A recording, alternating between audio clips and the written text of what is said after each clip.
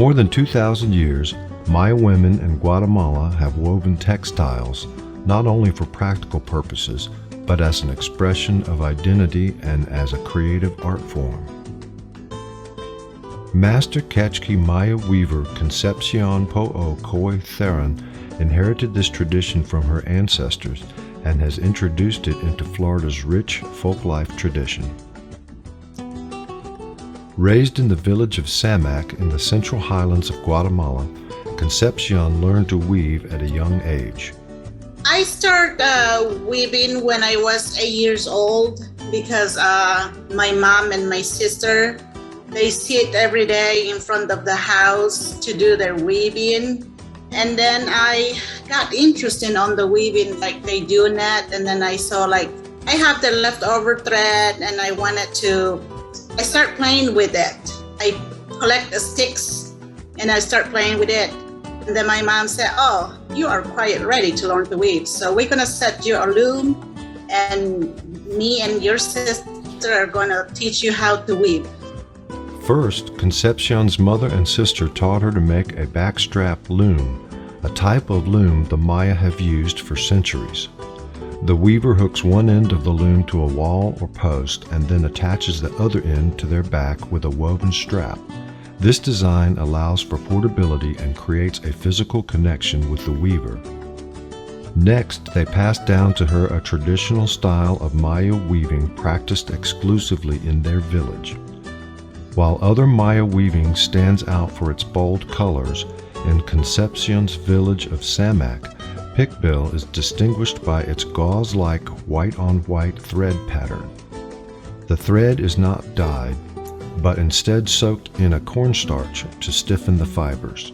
Why they call Pikb'l? It's because all the design you braided and weave inside, you all the time picking the warp thread to put the design through the weft side.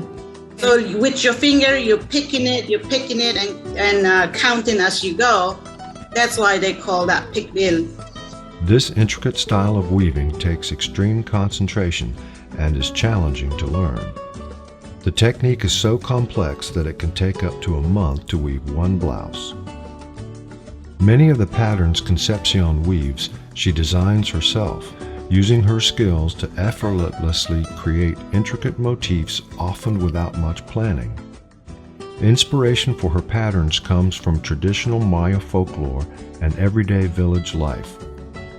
Hummingbirds, tobacco plants, pacaya leaves, ducks, harps, and jars of flour are typical symbols woven into the designs.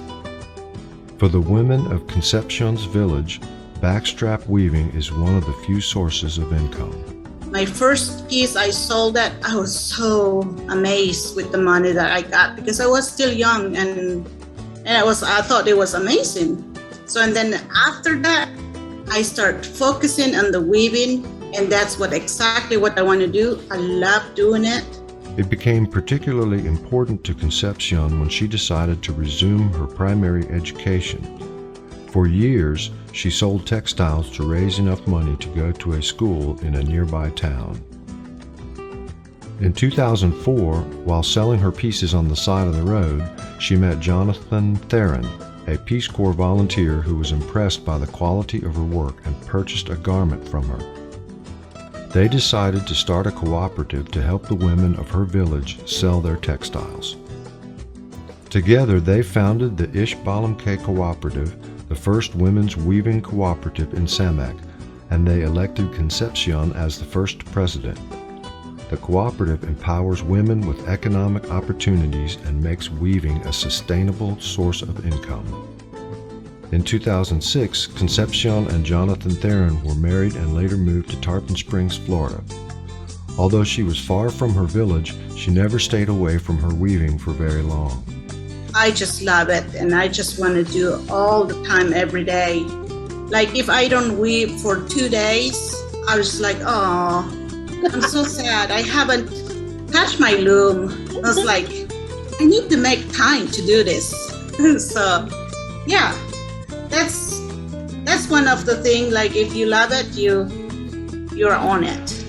Since coming to Florida, she has enthusiastically shared her weaving style by giving numerous demonstrations for various groups and festivals, including the Nelson Pointer Memorial Library at the University of South Florida, the Gulf Coast Folk Life Festival, and the Maxwell Museum of Anthropology in Albuquerque, New Mexico.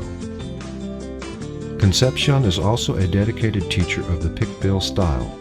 For more than a decade, she has taught classes at the Dunedin Fine Arts Center, New College of Florida, and the Weedon Island Cultural and Natural History Center. In 2013, she received the Emerging Artist Award from Florida Craft Art. Her works are on display in Florida, Guatemala, and many other states. She has enriched Florida folk life by bringing the ancient Pikb'l style to life for people in the U.S. and has worked tirelessly to preserve and pass down the Maya weaving tradition to future generations, including her children. For her work in textiles to preserve and honor traditional designs of her Maya ancestry, and because of her efforts to teach and share this tradition with researchers, weavers, and the public, the Florida Division of Arts and Culture proudly honors Concepción Poou Coy Tharin with the Florida Folk Heritage Award. I'm looking forward for that to make more people to get interested on the weaving, so I can teach them so the weaving, backstrap weaving, it won't die. So I can teach other people to do it.